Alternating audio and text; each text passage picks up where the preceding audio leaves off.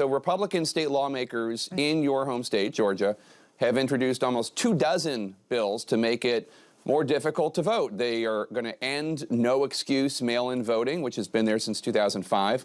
They're going to reduce voting on Sundays, ask for stricter ID requirements, take away drop boxes.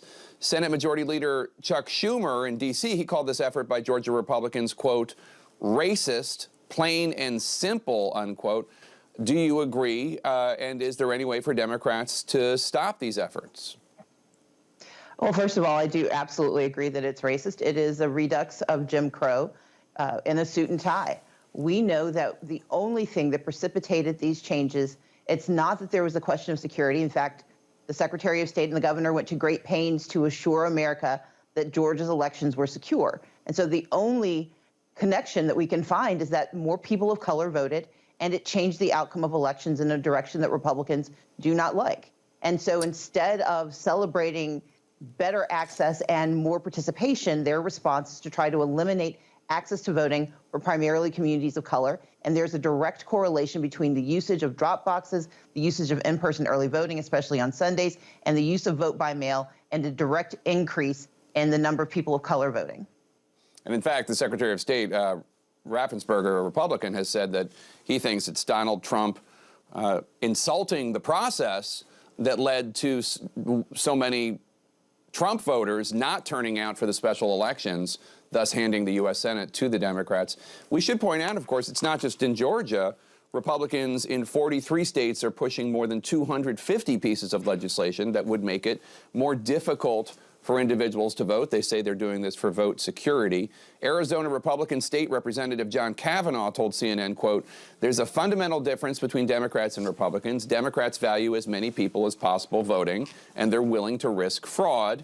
Republicans are more concerned about fraud, so we don't mind putting security measures in that won't let everybody vote.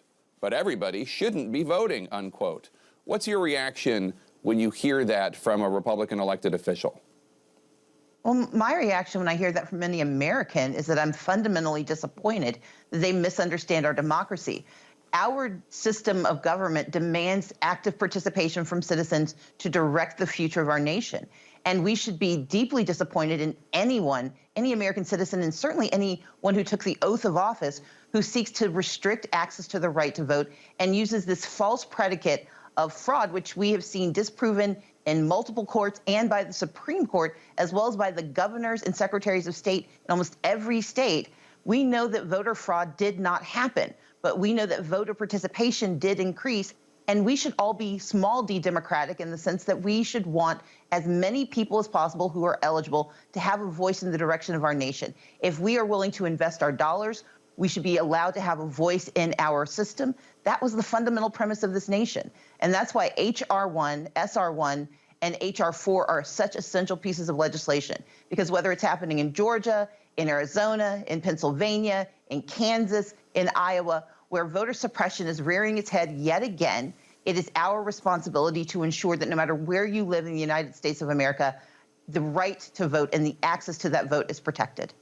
We shouldn't say there's no fraud, there's no significant fraud, but there obviously has been some fraud here and there. I know of at least 2 or 3 Trump voters in Pennsylvania who voted for their dead parents.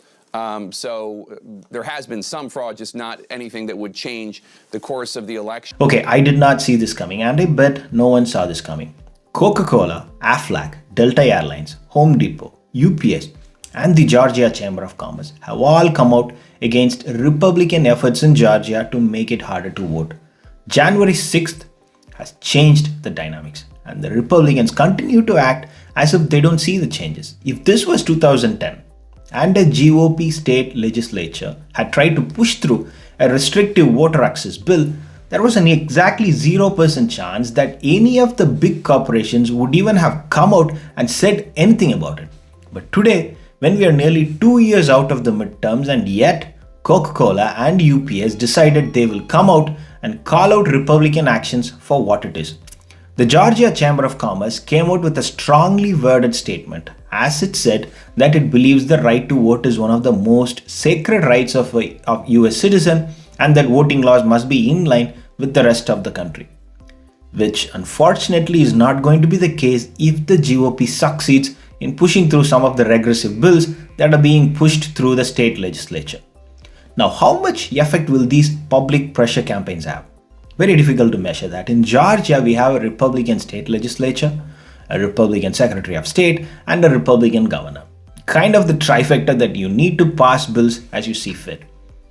And with their own political future in line for the governor and other statewide officials in 2022, the odds are indeed bright for them to push through things that they think will benefit them more than the other side. They will shrug off these pressure campaigns by the wayside and forge ahead to make sure that they come out on top when needed. But there is also one unwanted side effect for them the Georgia GOP must consider now, especially when Coca-Cola, UPS and Home Depot has come out, and I'm sure many more companies will follow. When these companies come out and speak up against these regressive measures, people across the country will see through the filter the GOP has been busy trying to build. It will be near impossible to keep saying that we are doing all of this to keep the election secure. The corporations have seen through the bullshit story the GOP has been trying to build, and they have decided to call them out. And it will help sway the public opinion further and further away from the GOP officials who are pushing these laws. And more importantly, it will also serve as a notice to other state legislatures that want to follow in Georgia's footsteps. In short, it will make things a little harder for the GOP state legislatures to push further in this direction, as they will be aware of the possibility that funding from big corporations may dry out as 2022 midterms approach. Corporate donations will take a hit, and activists should mount an even stronger campaign to get more and more corporations to come out against these measures and make sure that they publicly announce that they might keep out of political spending if they see states acting in bad faith. It's a stretch, but not an impossible one to achieve. And if achieved, it will change a lot of things on the ground.